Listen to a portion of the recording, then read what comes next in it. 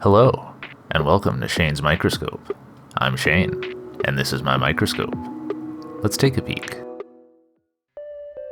Today's sample comes to us from my head, and also my wife's head. I decided we'd take a look at our hairs, see how they were similar, see how they were different. Now, our hairs are too long for microscope slides, so I cut off the ends so we can check out the roots and the tips.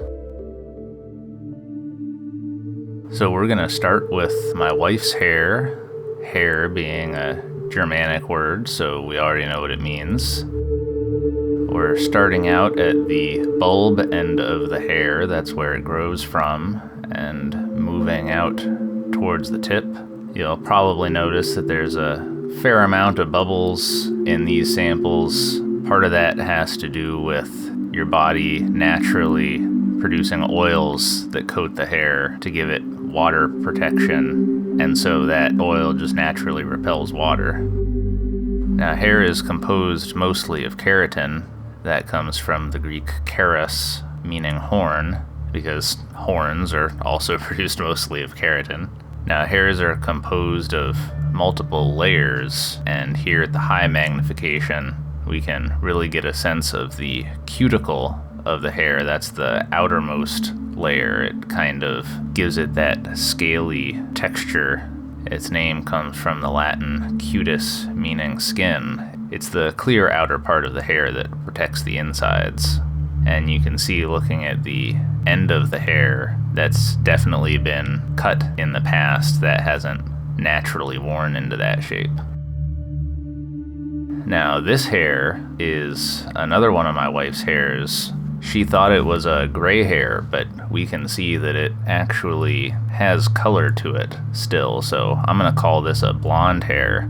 When we get to my hair, we'll see what a real gray hair looks like.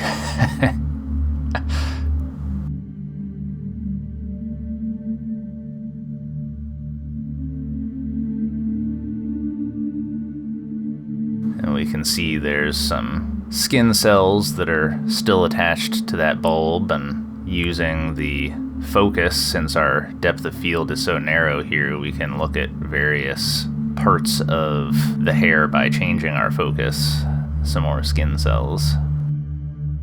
And don't mind the bubble there, but again, we can see that this was a cut hair.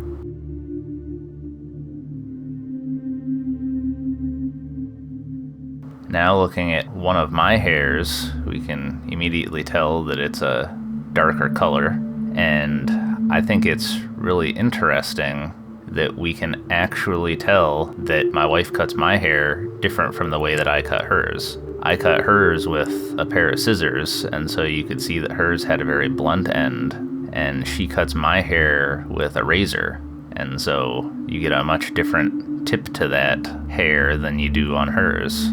I think that's really interesting. I wasn't expecting to be able to see that just by looking at the hairs.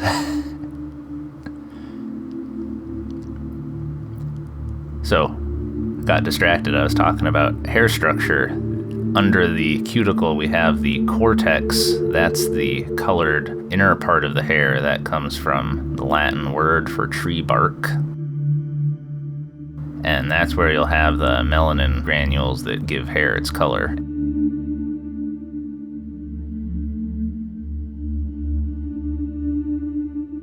So now we're looking at one of my gray hairs. You can tell that it's got absolutely no pigment. This is like a fiber optic cable, just a drawn out piece of glass. And interestingly, you can see that this particular hair has not grown long enough to be cut yet in a haircut. So that one has worn down. You can see that it just gradually tapers in thickness until it reaches a fairly sharp point. I wasn't expecting to learn quite so much about hair in this expedition.